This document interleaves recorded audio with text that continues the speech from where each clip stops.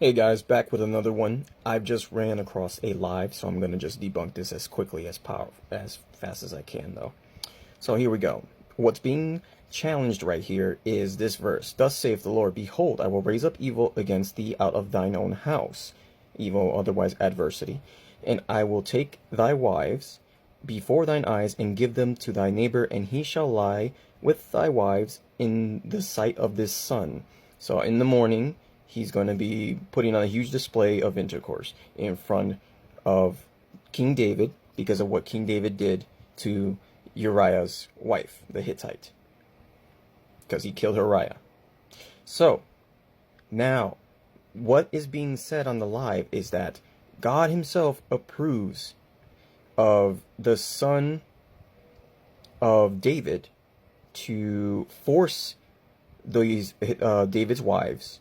And the reason why they say they're being forced is because it is unlawful that a wife should go and seek out to sleep with a man, because then they'll be put to death. So they, of course, they were remaining faithful, and it was the man who forced himself. But that's only works if they are actual wives. We're going to go to the verse that clarifies what they actually are. So this is about Samuel 2, chapter 16, verse 20. This is Absalom, David's son. Then said Absalom to Ahithophel, Give counsel among you what we shall do. And Ahithophel said unto Absalom, Go into thy father's concubines. What's a concubine? I'll explain. A concubine is someone who's been wifed but was not a virgin. Therefore, they're not considered actual wives, and they don't fall under the Masoretic laws. Concubines are what you might consider, this is really bad, but this is with the olden times, they were just considered for pleasure. I'm sorry to say that. They weren't considered as full wives, or they weren't bound in marriage, not per se. Concubines were just add-ons, okay? That was basically just to show that you have lots of wealth and to create many, many children. But that's about it. Okay? The laws do not apply to concubines. They're not considered married. Not entirely. So it is within their ability, the concubines, to lose respect for David and then sleep with the younger, more better looking Absalom. So no, this is debunked. There was no forcing. This was consensual, and we'll get on to. So according to Deuteronomy chapter 21, verse 11, this is like during the captivity days, where like if they conquered a place and they see a beautiful woman that a man desires, sees amongst the captives a beautiful woman, and has a desire unto her, that thou wouldest have her to thy wife, to make her a wife, then thou shalt bring her home to thine house, and she shall shave her head and pare her nails, which is just mean cut her nails, and shave her head, and she shall put the raiment of her captivity from off her, and shall remain in thine house, and bewail her father, meaning mourn, and her mother a full month, since they probably died in the war and during the capture. He's not allowed to do anything for 1 full month. She needs to allow her to mourn. And after that shall go in unto her and be her husband, and she shall be thy wife. And it shall be, if thou have no delight in her, then thou shalt let her go whither she will. Meaning, if he's like not feeling her, or is just not working, she can leave if she wants, by her own will. But thou shalt not sell her at all for money. Thou shalt not make merchandise of her, because thou hast humbled her. All right. So this is a very specific instruction, okay, during this time specifically. So that in itself is someone who is a slave in captivity but becomes a wife, would ultimately be a concubine. The word wife isn't exactly a great translation here. The word would be a concubine, and she has the free will to go to whomever she would like, and it wouldn't be unlawful. So the whole it's unlawful and they'll be killed only applies to Hebrew Israelites who in fact were virgins at the beginning. Because the woman in captivity, whether she is a virgin or not, we don't know. But regardless, she would still be considered a concubine based because she's not from Israel.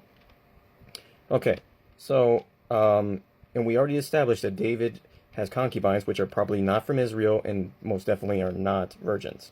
So it's very likely that they chose this. Now we're going to look for another example as to how a concubine isn't exactly a wife. So remember Hagar the Egyptian, when she had born unto Abraham, mocking, and gave him a son, Ishmael?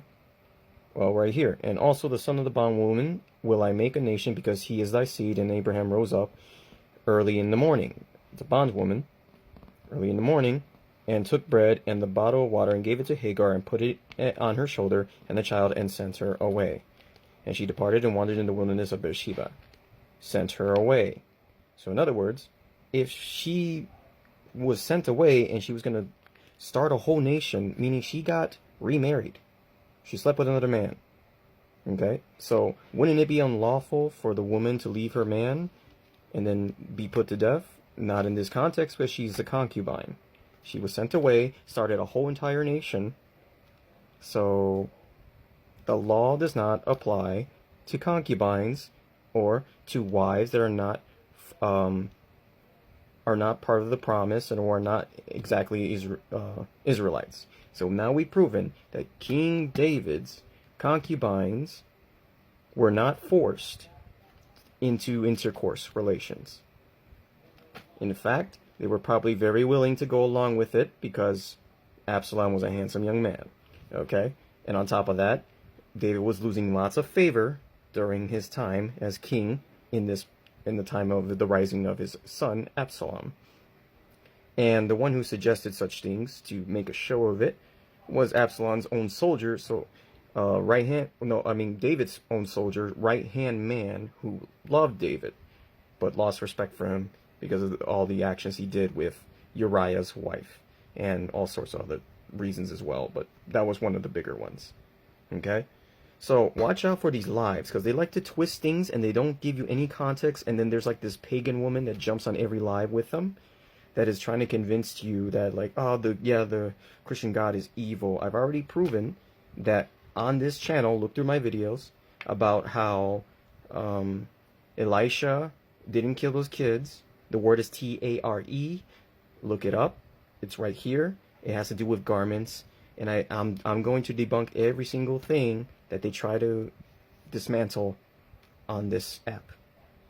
Okay? They try to deconstruct it, but then they don't consider every other context in terms of other chapters, other books, what they actually believe in. Okay?